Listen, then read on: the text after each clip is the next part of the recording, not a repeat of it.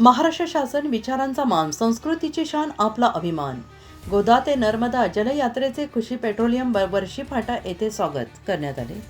पुण्यश्लोक अहिल्यादेवी त्रिशताब्दी जन्मोत्सव निमित्ताने जलयात्रा महाराष्ट्र शासनाचा जलसंपदा विभाग वतीनं माननीय श्री मंत्री महोदय डॉक्टर राधाकृष्ण विखे पाटील यांनी नेतृत्व करत दिंडीचे आगमन काल धुळे जिल्ह्यात झाले. श्री जयकुमार भाऊ रावल यांच्या मार्गदर्शनाखाली आज वर्षी गटातील वर्षीफाटा कृषी पेट्रोलियम येथे सामाजिक कार्यकर्ते श्री बापूसाहेब D.R. पाटील यांनी त्यांचं जोरदार स्वागत केलं. श्री राधाकृष्ण विखे पाटील या शासनाचा महत्त्वाकांक्षी प्रकल्पाविषयी महत्त्वाची माहिती सांगितलं. आमदार गोपीचंद पडळकर यांनी पुण्यश्लोक अहिल्यादेवी होळकर यांच्या त्रिशताब्दी जन्मोत्सव सन्मान करत विकासाची नवी दिशा शासन करत आहे असे गौरव उद्गार करत आपले मनोगत व्यक्त केले.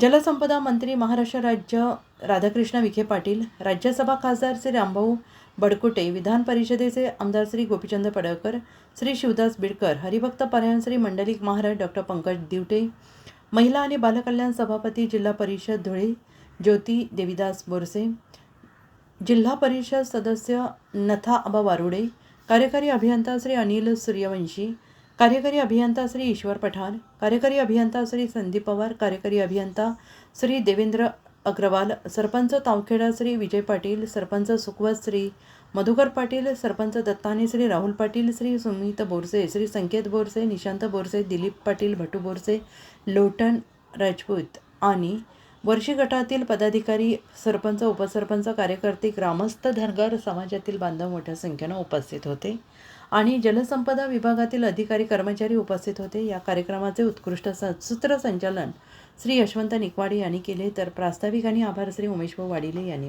केले.